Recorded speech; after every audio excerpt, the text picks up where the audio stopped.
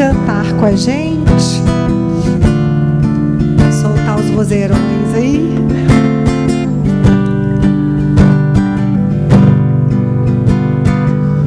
Olhe pelos cílios que te confiei, em teus braços buscarão o meu convívio. Veja, são aqueles dos quais te falei, quando à noite em preces me buscavas. Quantos homens de bem se fará?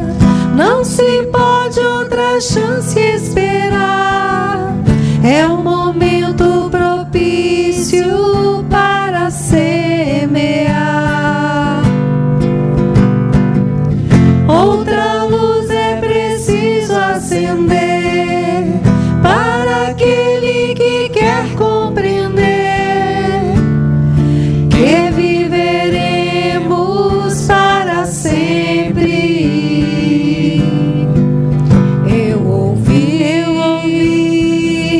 teus desejos de te melhorar.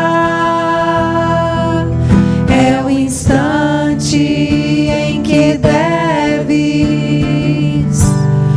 começar.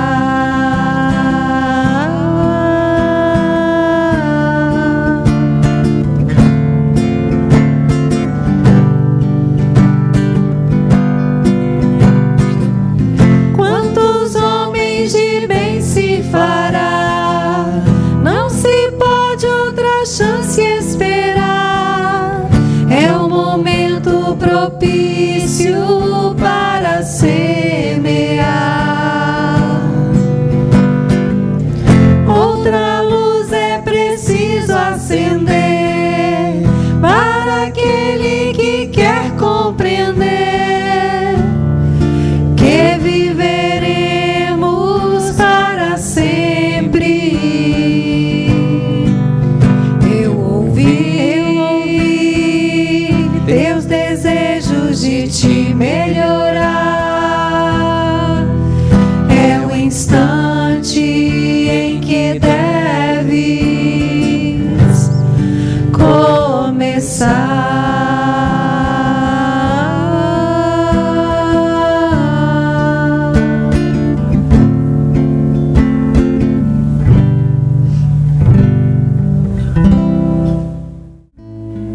Nesse momento, todos vamos fechar nossos olhos, respirar profundamente, para que o nosso coração possa se acalmar. Respire.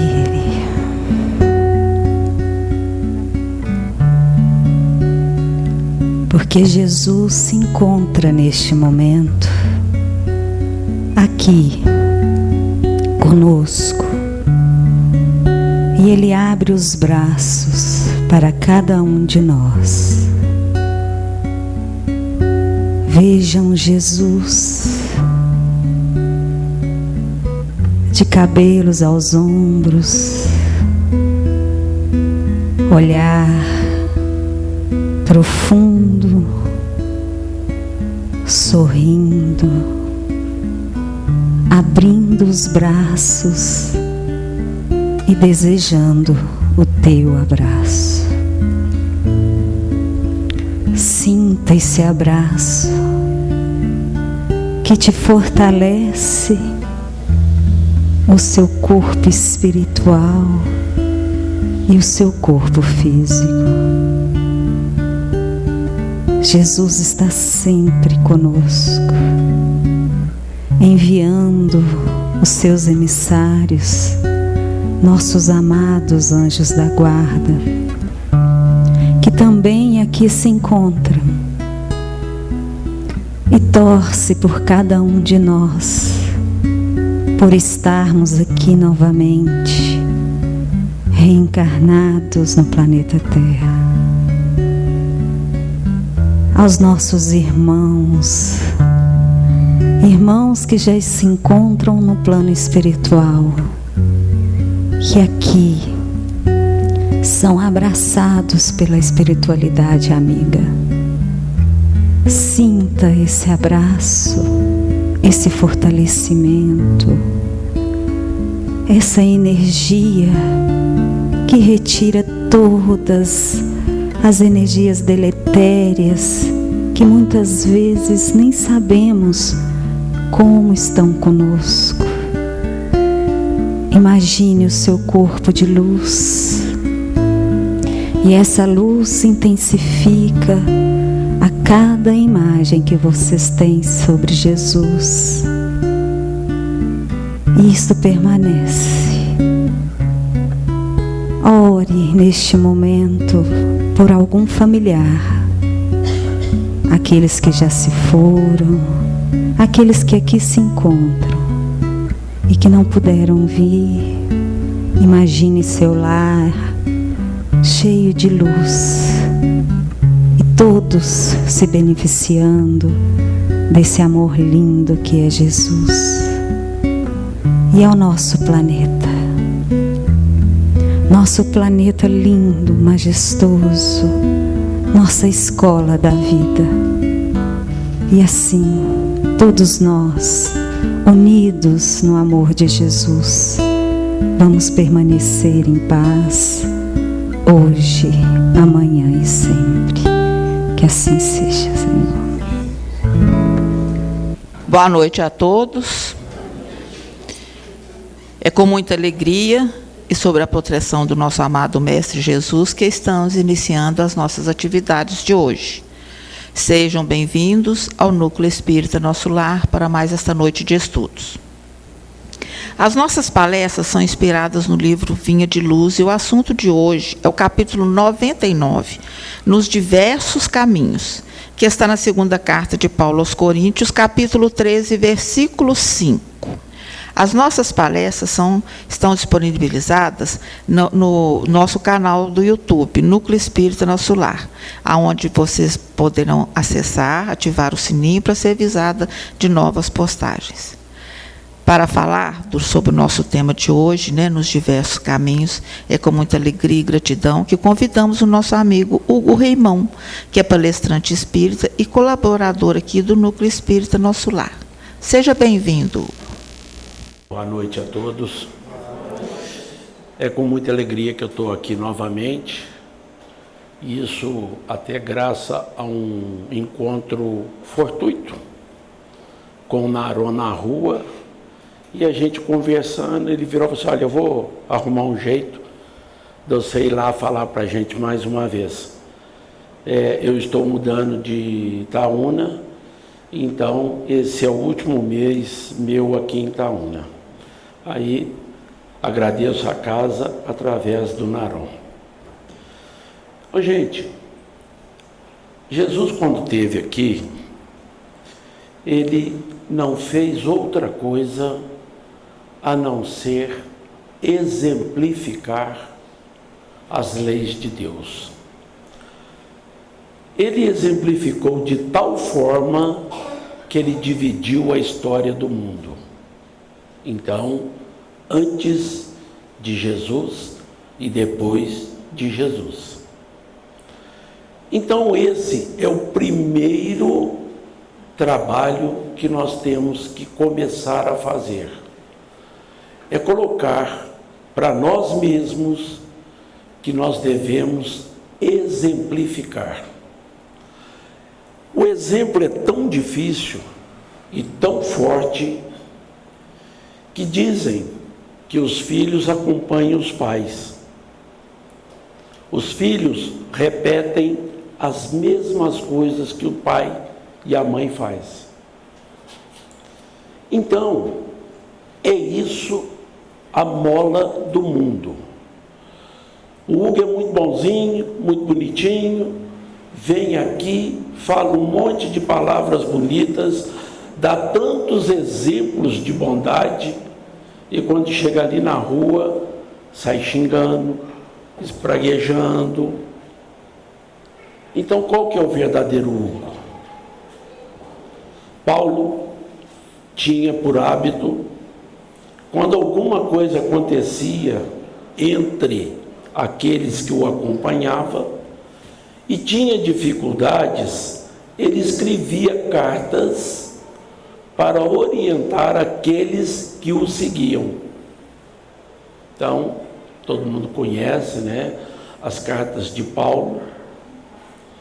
Entre elas, tem uma, que é a segunda, que no capítulo 13, versículo 5, Emmanuel extrai uma lição.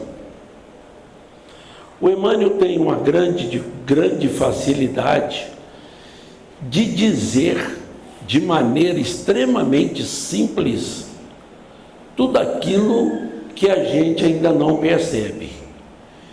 E esse versículo já não é tão novo para nós, né?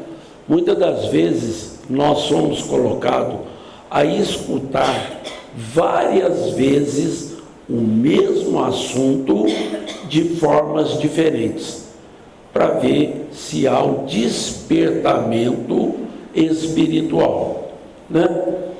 Aí tá lá, olha o que Paulo fala. Vocês me desculpem que a minha vista hoje está meio ruim, eu acho que eu vou ter um terçol. Examinai-vos vós mesmos. Primeira frase. Então, Paulo estava pedindo aos seus discípulos, entre aspas, que primeiro eles os examinassem. Quando eu mando você se examinar, eu não estou pedindo para você olhar para o lado e falar dos outros, não. Eu estou te pedindo que você olhe para o seu interior e examine. Aí ele continua: se permaneceis na fé, então eu estou me examinando, eu estou permanecendo na fé. Permanecer na fé significa cumprir as leis de Deus. No Livro dos Espíritos é perguntado: para que servem as leis divinas? A resposta é curta: para a felicidade do homem. Presta atenção, para que serve a lei? Para a felicidade do homem.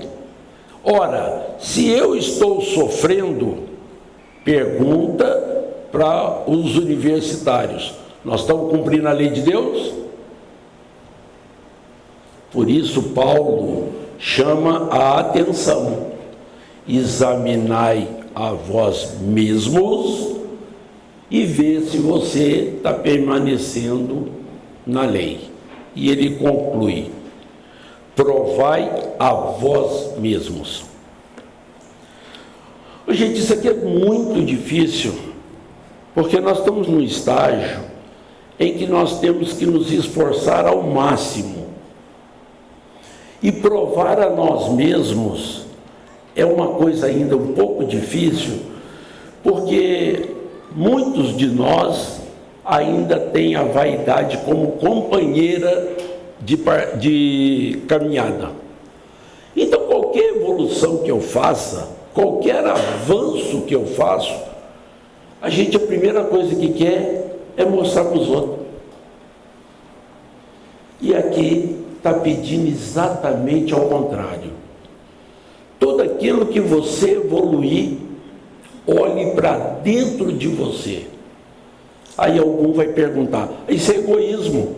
Se eu não conto para os outros que eu estou evoluindo, e o que adianta? Aí que está a chave da coisa.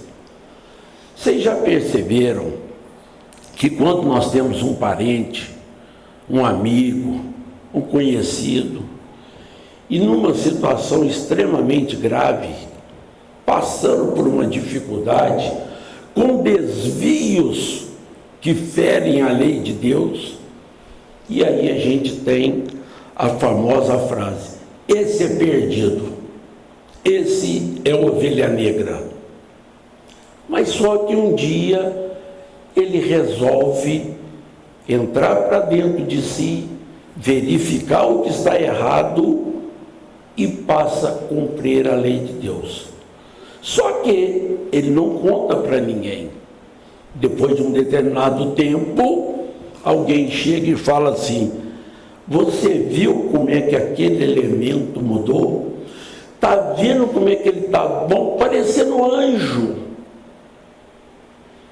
Então, o que Paulo pede é isso, que nós exemplifiquemos. A todo momento em que eu me questionar naquilo que eu não estou fazendo certo, eu tenha a força de não fazer mais. Então, eu estou cumprindo a lei de Deus. E isso é tão importante que nós sabemos que quando nós voltarmos ao plano espiritual, nós encontraremos com nós mesmos. E aí é que vem as dificuldades, porque aí eu descubro que eu não fiz tudo aquilo que eu deveria fazer para o meu crescimento espiritual. Deus nos dá os bens materiais para que a gente transforme os bens materiais para que eles sejam melhores do que eles são hoje. Mas não é o nosso objetivo ficar agarrado a eles. Nós estamos aqui na terra para crescer espiritualmente. E na hora de folga, cresce materialmente. E muitos de nós se perdem nesse parque infantil que é a terra. Nós podemos falar várias coisas que a gente passa por muitos anos curtindo, uma paixão. A minha paixão é morar em Nova York. Então, eu vivo a vida inteira reclamando, resmungando e o pior, não fazendo nada para mudar para Nova York. Ao desvio de caminho. Nós viemos na terra para crescer espiritualmente. Nós não viemos na terra para ter posse, para ser a matéria. Nós viemos aqui, todos, sem exceção, com uma missão. Muita gente acha que não tem missão. E tem. Porque não reencarna sem missão. Nenhum de nós. E a maioria se esquece ao chegar aqui, né? O espírito, quando encarnado, ele perde parte das suas faculdades. Então, ele tem que viver com o veículo que ele tem, que é o corpo. E o corpo impede de nós sabermos de tudo. Por isso que, ao tratar o corpo bem e nos espiritualizar, nós estamos caminhando. Porque o que nós estamos passando na Terra hoje, nós já passamos várias vezes, tá? Essa não é a primeira. Acredito que não será a última. Pelo menos a minha, né? Eu não posso falar dos outros. Então, se eu várias vezes venho à Terra e continuo do mesmo jeito, a gente não está evoluindo conforme. Isso é tão verdade que a gente vai desviando e aí, na atual encarnação, quem não reclama dos problemas que aparecem para nós? Quem não chora sozinho os grandes problemas que nós estamos passando? Isso daí não é sorteio, não é achismo. Nós plantamos ontem. Nós fizemos coisas anteriormente que nos botaram nessa situação. Então, Emmanuel, puxando a sardinha para o Espiritismo, ele diz que muitos de nós que aqui estão, eles desviam do caminho que ele traçou, que nós traçamos, nós combinamos, nós vamos fazer isso, beleza, você tem condição? Tem, pode ir lá que você vai fazer. Eu não sei se vocês aqui, a maioria, viu o filme O Nosso Lar 2. Lá vocês veem que os 3 personagens que representam o filme faliram. E por que eles faliram? Eles tinham uma missão a cumprir e não cumpriram. E aí, quem viu o filme, não vou contar, porque quem for ver não vai querer saber antes, aí percebe. Lá no filme é falado, todos que encarnam têm uma obrigação. E aí, gente, um pouco de humildade, Muitas pessoas acham que missão é ser igual Chico Xavier, igual Divaldo, Que ninguém quer ser humilde. Nós queremos sempre ser popstar. Não. A missão, às vezes, é ser mãe, ser pai, ser acompanhante, se dedicar a alimentar alguém. Então, tem um monte de atividades que são nobres e que nós pedimos. Chega aqui, a Casa Espírita pede para o Hugo, aqui, eu sei que você faz feijão tropeiro muito bom, dá para você vir a semana que vem? Você acredita que eu tenho um problema logo na semana que vem? Ou se fosse outro dia?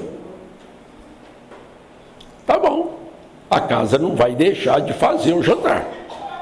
Mas o Hugo caiu de novo, porque ele tinha um compromisso de alimentar pessoas que não da família dele.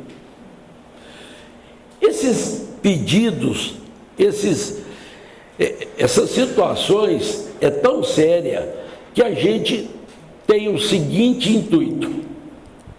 Engraçado, eu estava com a ideia de fazer tal coisa, não estava com ideia não, você já tinha pedido para fazer, e não faz.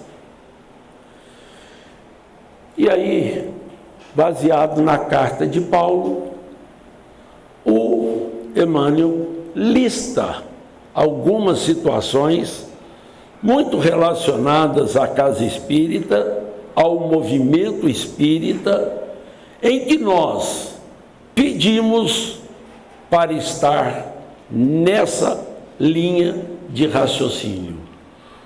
Porque muitos serão chamados, poucos os escolhidos.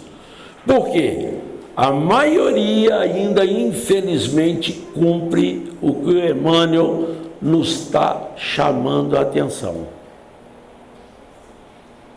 Primeira coisa, muitos espíritas, ou se dizem espíritas, gostam de fenômeno, E aí, Hugo, eu sei que você participa da reunião mediúnica, você teria jeito lá de arrumar uma carta de um parente meu que faleceu? Eu preciso disso, porque eu até gosto da doutrina espírita, mas eu queria ter uma prova que isso é verdade. Beleza. Vai o Hugo para a reunião mediúnica, por uma bondade divina, aparece a carta para a pessoa. Ela lê, emociona, fica assim bacana, que legal, é bom. Você vai vir a semana que vem na casa? Não, eu estou preocupado com outras coisas. E simplesmente some. Essa mesma pessoa vai em outra casa e pede para ver espírito. Não, que se eu ver um espírito, eu tenho certeza que isso aí o caminho é certo. Pois ela vê, continua do mesmo jeito. Então, essas pessoas vivem só de fenômeno, de espetáculo, né? Então, não é isso. E aí, tem pessoas que passam uma encarnação inteira tentando ver fenômeno, mas não se modifica, não faz o seu trabalho interno, ele não procura se examinar, ele não procura entender que apenas ver fenômeno não muda a situação dele. E aí, a gente às vezes até conhece pessoas que abandonam o espiritismo dizendo o seguinte: não fiquei convencido do que eu vi. Então, Emmanuel diz que é um dos desvios que nós temos, que é comum passar. Aí depois, Emmanuel diz: os que permanecem na periferia dos ensinamentos exigem novas... Não, isso aí já vem. Aqueles que demoram na região da letra. Isso aqui, vocês já viram várias vezes, né? Vamos falar de nós, né? Isso aqui é muito comum em outras religiões. Vocês já viram duas pessoas ficar discutindo por tempos indeterminados que aquela parte não é daquele jeito que você está entendendo? Não, Jesus não falou assim, olha como é que está escrito aqui. Não, você não está entendendo, mas meu livro diz que é assim. Não, então quem que vai estar certo? O meu livro ou o seu livro? E ali passa a vida discutindo do jeito que era. E, no entanto, os espíritos nos explicam o seguinte: a letra é morta. Letra não resolve nada para ninguém. O sentimento que você tem e a mudança que isso faz em você que é importante. Eu estava escutando uma palestra do Haroldo e ele dizendo: a pessoa tem mania de dizer que o que vale é a Bíblia dele. O que está certo é na Bíblia dele. Muito bem. A palavra saudade não existe no inglês. E aí, como é que faz? Se o americano chegar aqui, for estudar com a gente, nós vamos falar de saudade para ele, eu falei: o que é isso? Imagina o evangelho traduzido para o japonês, para o árabe. Lá terão que ter palavras que se adequam ao sentimento e não à letra. E, no entanto, a gente passa a vida inteira discutindo: é melhor o livro tal ou a edição tal? Porque na edição tal diz que é assim, na edição do outro não diz desse jeito. Escrito ali realmente tem diferença. O Haroldo falou, né? Eu até achei engraçado, porque eu nunca vi, né? Eu não sou tão novo assim. O primeiro livro Paulo Estevão foi escrito com PH. E eu já não dou conta de ler nesse português. Imagina daqui a 100 anos, alguém pegar Paulo Estevão para estudar e for discutir que não é daquele jeito que escreve. Ou que o Chico devia estar muito maluco, porque naquele jeito não era. Então, se perde muito tempo discutindo academicamente, vamos dizer assim. Não. Qual é a lei do universo? Amor. Então não interessa como está escrito. Aquilo faz com que você se modifique e que você vá para a frente. Isso é que importa. E, no entanto, tem espíritas que, inclusive, chegam a ficar inimigos por causa da letra. Porque não está... Eu já leio umas três, eu tenho certeza, edições diferentes do Livro dos Espíritos. Para mim, da primeira edição para a última que eu li, A última é um português muito mais fácil de entender, mas muito mais fácil. Agora imagina se eu começar a discutir que não vale, que só vale a primeira tradução da FEB. E eu vou começar... Gente, não é essa a ideia. E aí nós temos companheiros que vivem brigando por causa disso. Não entendem a mensagem que foi passada. Então, Emmanuel põe esse aí no segundo. Outra coisa terrível, gente. Não acontece no nosso lar. A separação. Grupos dentro do grupo espírita. Isso acaba com qualquer coisa. Acaba, extermina. E para ser breve nisso, tem algumas casas que a gente vê o Hugo saindo da casa X e abrindo outra casa espírita, e ainda diz assim, eu estou abrindo para ajudar, porque lá tem pouca gente, eu vou lá para ajudar. Simplesmente ele está escondendo os seus defeitos. O grupo tem que se permanecer unido, porque se eu leio e se eu cumpro a lei de Deus, não tem sectarismo. Está todo mundo junto. Por que dividir? Por que dividir? Porque nós ainda estamos a caminho da perfeição. Mas nós podemos começar a diminuir isso. Por quê? Lá no início, o que Paulo nos convida? A fazermos uma reflexão interna e cobrar de mim mesmo. Eu não tenho o direito de chegar num grupo e dizer, vocês estão errados porque eu penso assim. É o nível que os outros estão. Talvez você está num nível maior.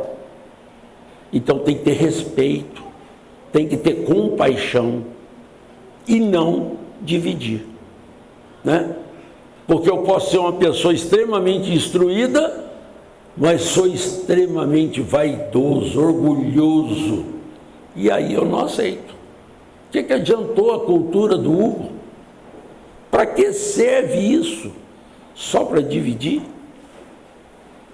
Então, que o Hugo, antes de tomar determinadas decisões, ele entre para dentro dele e faça uma reflexão.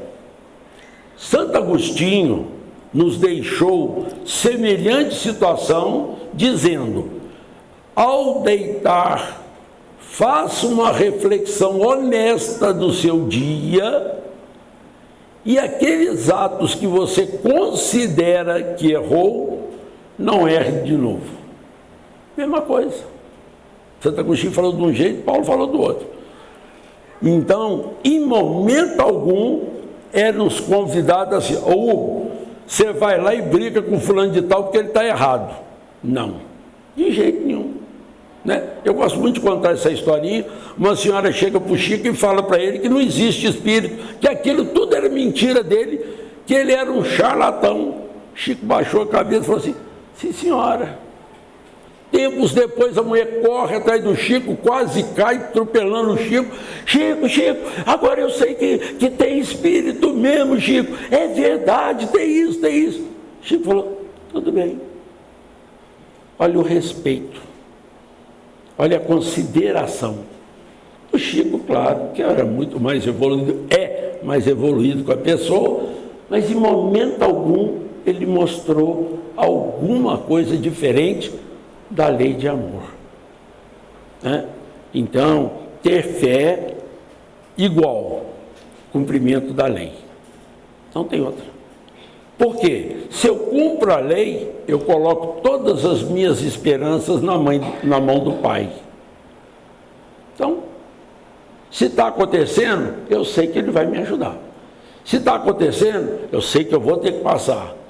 Então, que Ele me ajude a passar da melhor maneira possível. Vou continuar cumprindo a lei. Mas o Hugo me magoou, o Hugo me machucou, eu vou perdoar o Hugo. Aí eu estou fazendo uma reflexão minha. Eu não vou deixar que o meio me influencie. Então, eu caminho dentro da lei de Deus. Aí, o Emmanuel vai para uma outra parte. Nós nos cristalizarmos no eu. Gente, se a gente tivesse a verdadeira noção da cristalização do eu, nós corríamos disso, mas há léguas. Quando eu começo a botar a minha vontade acima de tudo, pode ter certeza que não vai dar bom negócio. Não vai. E aí muitos acham que prejudica o outro, né? Porque a primeira coisa do egoísta, ele achar que tudo primeiro para ele, se sobrar para o outro. Só que ele sofre mais do que daquele que ele está tirando. O eu é uma coisa tão difícil que a gente vê médiuns perder a possibilidade de trabalho por causa do eu inflado. Ele acha que só ele sabe, só ele recebe bons espíritos, só ele tem as melhores comunicações. Então, o eu é um problema que nós temos que trabalhar. E com um detalhe: quando nós formos anjos, quando nós estivermos na categoria de Jesus, o nosso eu continua, tá? Porque muita gente acha que o eu vai perder. Não, eu só conseguirei dominá-lo. O meu eu vou botar a favor do trabalho da lei de Deus. Né? Porque muita gente acha, porque eu vou virar bonzinho, eu agora não vou ser mais egoísta, eu não vou ser mais vaidoso. Nós vamos carregar isso para a eternidade. A diferença que eu hoje, quando passo fome, eu fico triste, mas eu não berro na barra da mãe. Eu já aprendi como matar a minha fome. Então, fome eu sempre terei. Mas agora eu não faço mais aquelas birras que eu fazia, né? As mães aí que estão passando por agora sabem disso, né? Menino, quando pega para dar birra, não tem jeito. Um dia ele vai parar com a birra. Porque ele vai crescer, ele vai entender, e aí ele larga da birra, né? Então, o eu é um problema sério. E o eu tira a gente daqui de dentro. Porque eu não suporto, eu sou maior do que isso aqui. O que é que eu estou fazendo aqui? Então nós temos que entrar para dentro de nós e falar: aquela atitude que eu tomei é correta? Está dentro da lei de Deus? Jesus tomaria a mesma atitude? Não, as minhas eu tenho certeza que nenhuma Jesus tomaria.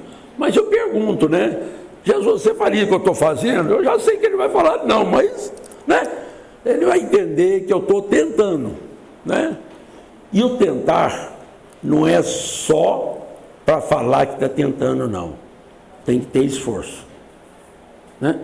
Porque muitas das vezes é pedido a gente um trabalho e a gente, mas eu estou tentando. Você vê, a pessoa está lá sentada, está descompromissada. Eu estou tentando, né? Dá vontade de perguntar: tentando o quê, meu filho? Né? Então, tentar, todos nós temos que tentar. Tentar significa caminhar para frente. Não é tentar e ficar parado, não. Caminhando para frente.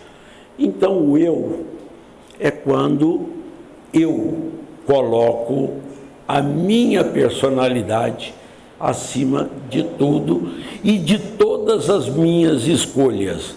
Não é um bom caminho, tá certo?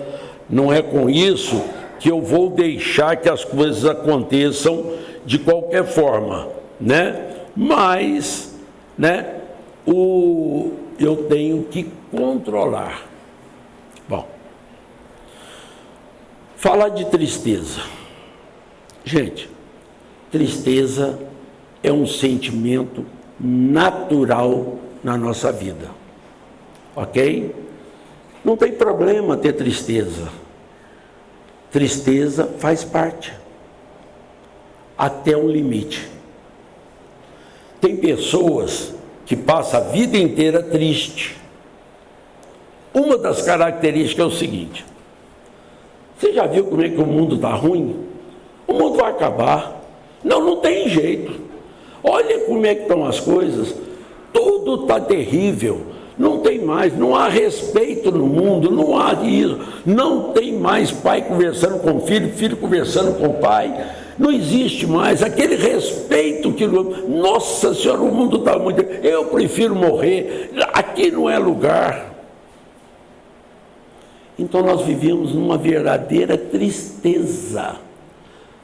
A gente não vê nada de positivo. A gente não vê luz, só vê sombra. Isso me impede de crescer. Porque enquanto eu estou reclamando da minha sorte, eu não estou trabalhando para o meu futuro. Porque nós não conseguimos fazer duas atividades ao mesmo tempo.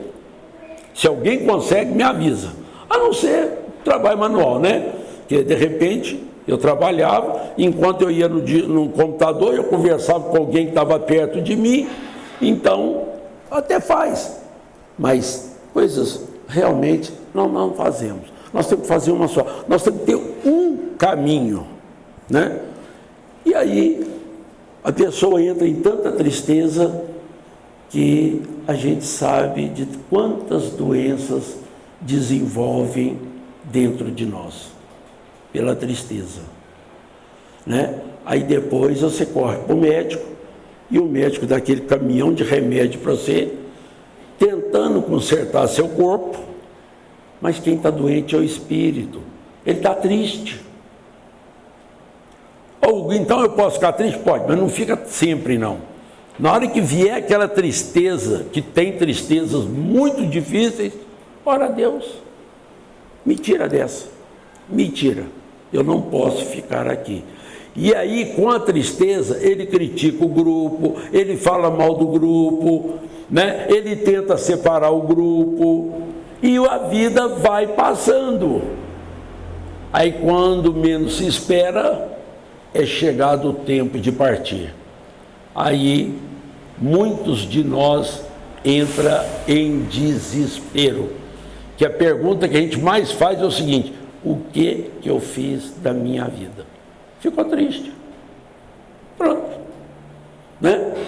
E aí, muitos de nós, inclusive, põem a culpa em alguém. E eu vou botar a culpa na minha sogra, ela já sabe.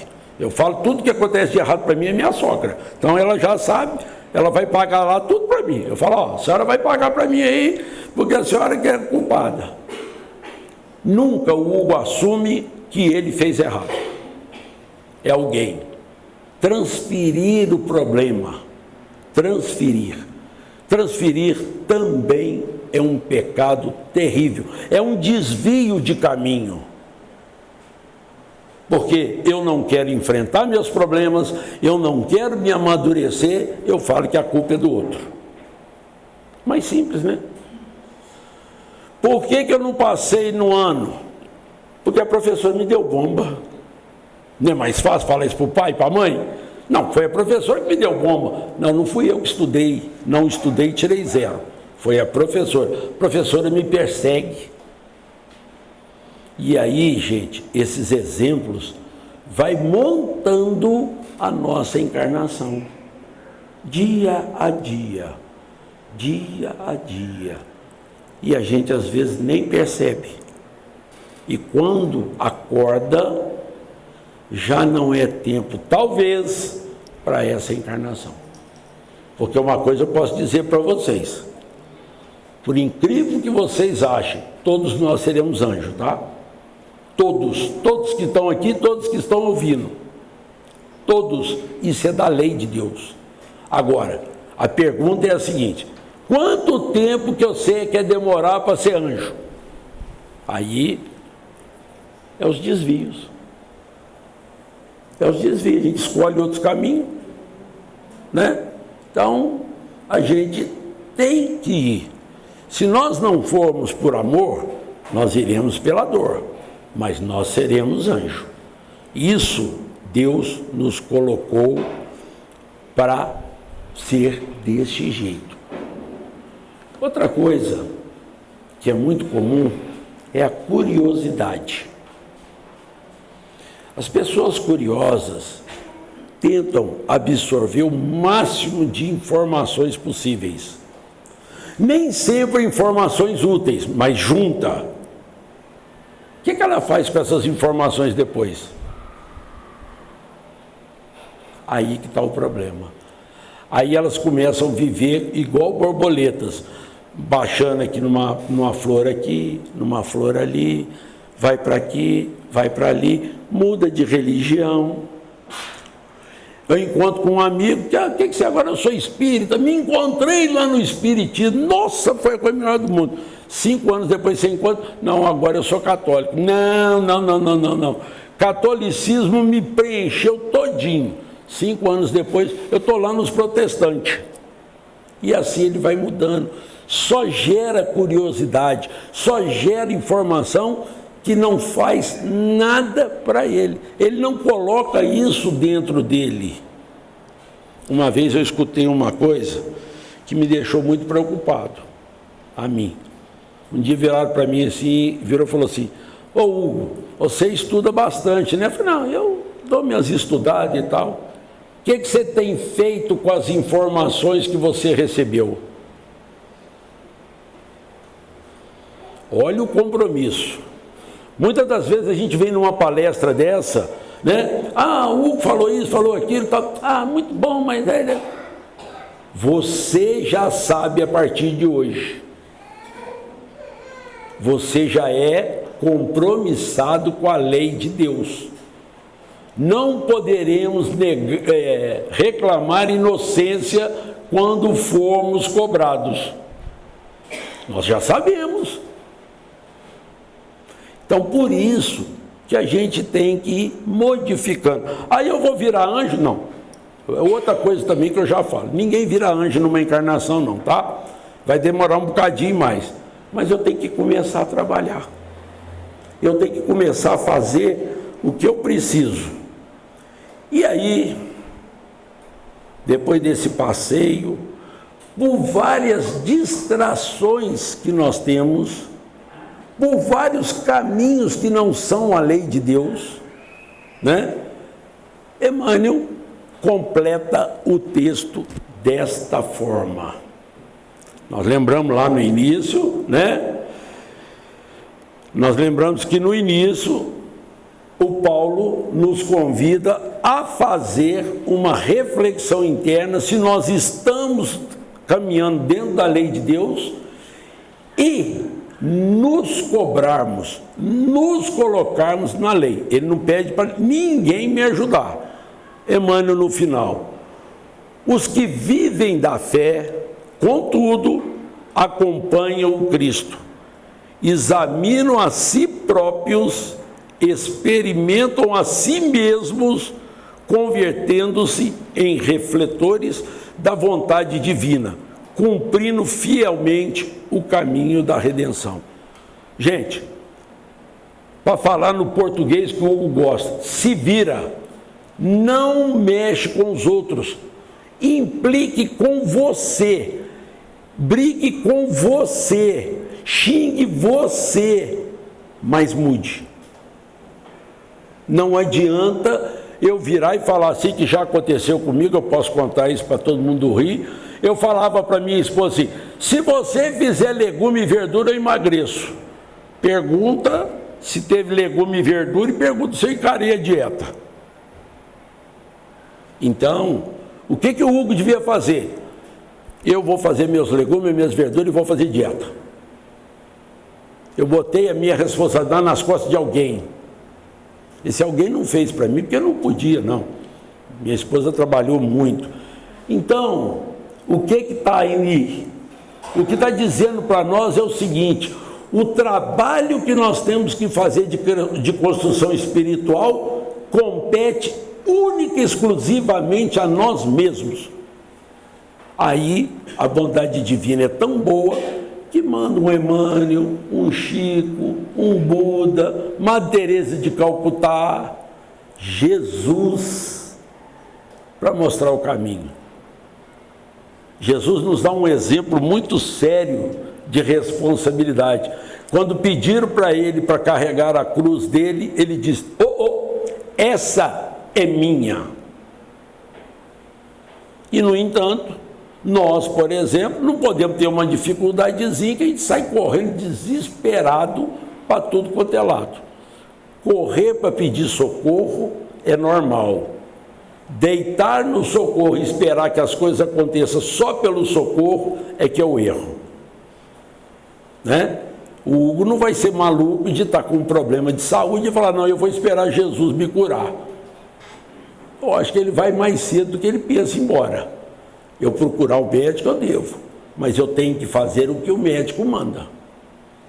E o nosso médico aqui, Paulo, que nos deu o maior exemplo de transformação, ele diz: escutai a você mesmo e provai a você mesmo, e não para o mundo, que você cumpre as leis.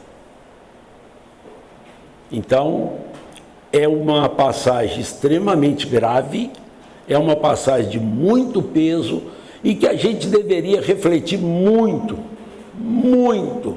né? E, para encerrar, eu costumo dizer para muitos que a pior hora para mim é quando eu vou fazer barba. Porque eu estou diante do espelho, eu estou vendo quem é o outro que está do outro lado. Normalmente eu não gosto de bater papo com ele não, eu simplesmente faço a barba rápida e caio fora. Se alguém quiser experimentar essa experiência, é muito interessante. Converse com quem está no espelho e você vai descobrir coisas muito interessantes. Agora, se descobrir coisa ruim, conserta, né?